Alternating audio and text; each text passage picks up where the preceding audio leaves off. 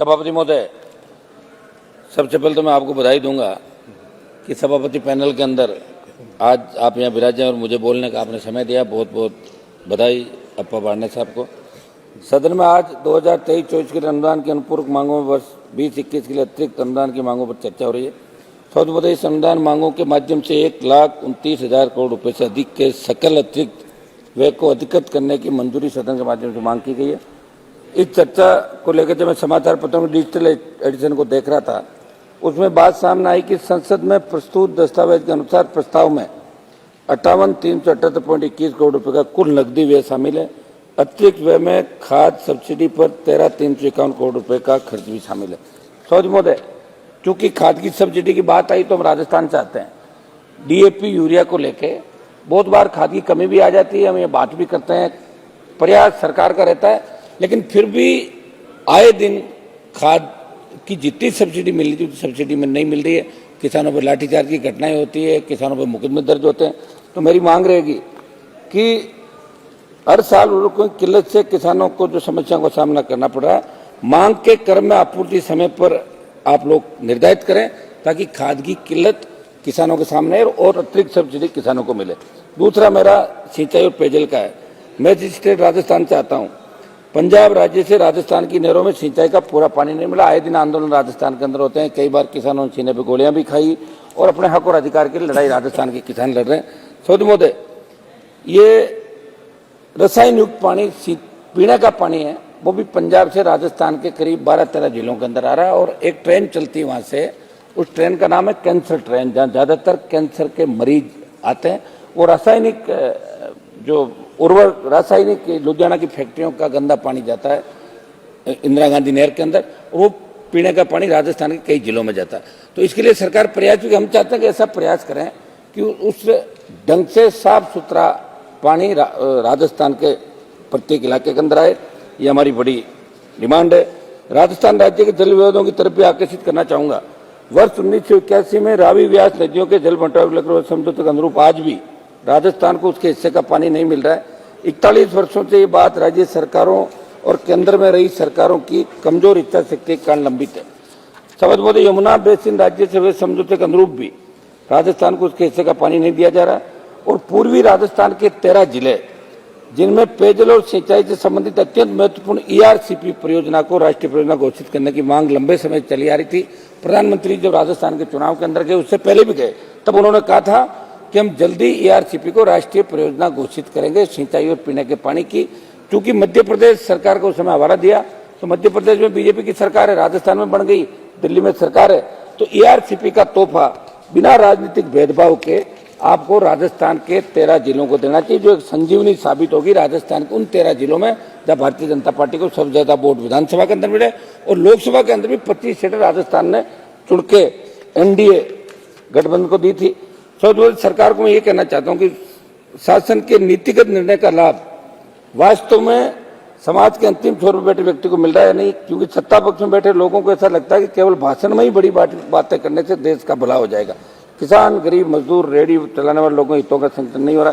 सौदी महोदय, सेना में प्रवेश लेना हमारे देश में गौरव का विषय माना जाता है। लोग सेना में इसलिए जाते थे रोजगार के लिए नहीं, वो एक जज्बा उनका 62, 65, 71 कारगिल की लड़ाइयाँ, आज़ादी से पहले की लड़ाइयाँ, और जो रेजिमेंट सेना के अंदर बनी हुई है, जाट रेजिमेंट है, आपकी राजपूताना राइफल है, सिख रेजिमेंट है, और हमने और भी मांग करती है गुजर रेजिमेंट बने, आई रेजिमेंट बने, जो जातियाँ लड़ना चाहती है और नौजवानों के अंदर एक इच्छा होती है कि हम सेना के अंदर जाकर देश के लिए समर्पित होंगे। लेकिन अग्निपथ जो योजना आई उसका हमने बार बार यहाँ विरोध किया, ऑल पार्टी मीटिंग में विरोध किया। 4 साल के लिए संविदा पे सेना को ठेके पे दिया। मैं इसका विरोध करता हूँ। मैं मांग करता हूँ कि अग्निपथ योजना को सरकार वापिस ले, नहीं तो लोकसभा चुनाव के अंदर इनके गले की ये फांस बढ़ सकता है। ये मेरी मांग सरकार की रहेगी और इसको लेकर हमने लगातार आंदोलन किया, आगे भी हम करेंगे। महंगाई से आम आदमी सभापति महोदय त्रस्त है। पेट्रोल डीजल की बढ़ी हुई कीमतों का प्रत्यक्ष असर महंगाई पर पड़ा।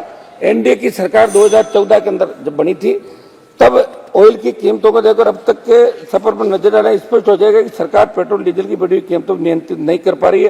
क्रूड ऑयल उस समय महंगा था, अब सस्ता है, उसके बावजूद बढ़ी हुई डीजल पेट्रोल की कीमतें लोगों को देनी पड़ रही है। मेरी मांग है घरेलू गैस और पेट्रोल डीजल की कीमतों को कम किया जाए, महंगाई कम करने के ठोस उपाय किए जाए। सभापति महोदय, बेरोजगारी देश के अंदर बहुत प्रमुख मुद्दा है। भारत सरकार ने बताया कि 9 लाख से अधिक पद रिक्त पड़े हैं और केंद्र के मंत्रालय विभागों में मेरी मांग है कि सरकार रिक्त पदों के नवीनतम आंकड़े जारी कर जल्द से जल्द नियमित भर्ती के माध्यम से भरने की दिशा में कदम उठाएं। केंद्र एक ऐसी नीति बनाए राज्य सरकारें भी नियमित भर्ती से ही रिक्त पदों को भरे, क्योंकि सरकारी क्षेत्र में बढ़ता निजीकरण देश के युवा वर्ग के लिए चिंता का विषय। सर्वोदय मेरा एक सुझाव है, जब तक हम सीमेंट फैक्ट्रियों, उद्योगों, रिफाइनरी जैसे क्षेत्र में स्थानीय लोगों को 80% रोजगार देने की नीति नहीं बनाएंगे, तब तक फ्लाइंग नहीं रुकेगा और बेरोजगारी की जो समस्या समाधान मिलेगा, स्थानीय लोगों को ज्यादा से ज्यादा रोजगार मिले। कुछ मेरी प्रमुख मांगे सभा महोदय, कर्जे की बढ़ती लागत और फसलों की गैर लाभकारी कीमतों के कारण मेरे प्रदेश राजस्थान सहित देश के विभिन्न राज्यों के किसान कर्जे के तले दबे हुए। आपका भी प्रयास रहा, हमने भी प्रयास किया, कर्ज माफी के आंदोलन को देश में हवा मिली। हम चाहते हैं कि प्रधानमंत्री जी देश के किसानों का संपूर्ण कर्जा माफ करें। जिस तरह पिछले 15-16 साल के अंदर धन्ना सेठों का कर्जा माफ हुआ है 5 लाख करोड़ से ज्यादा, वो तो राजस्थान और देश के किसान का कर्जा माफ हो। एमएसपी पर किसान की पूर्ण उपज खरीदने का गारंटी कानून बनाया जाए। जो फसलें एमएसपी के दायरे में उनकी समय पर खरीद नहीं हो पाती, इसकी समय पर खरीद शुरू करने तो प्रभावी नीति बनने की जरूरत है। सौद महोदय, अरुण जेटली जी जब वित्त मंत्री थे तब उन्होंने राजस्थान में शुष्क कृषि विश्वविद्यालय खोलने की घोषणा की, पर वो घोषणा आज तक पूरी नहीं हो पाई। इस पर सरकार को ध्यान दे। तो मेरे निर्वाचन क्षेत्र नागौर में सरकार से सेंट्रल एग्रीकल्चर यूनिवर्सिटी खोलने की मैं मांग करता हूं। मेरे से पूर्व कई मान्य सदस्यों ने जातिगत जनगणना की मांग करी। महोदय, मैं और मेरी राष्ट्रीय लोकतांत्रिक पार्टी भी जातिगत जनगणना कराने के पक्षधर हैं। भारतमाला परियोजना के अंतर्गत राजस्थान के किसानों की जमीन अवाप्त की गई समझ महोदय, लेकिन पंजाब, हरियाणा, दूसरी स्टेट के अंदर जो जमीन का मुआवजा दिया गया वो राजस्थान के अंदर बहुत कम था।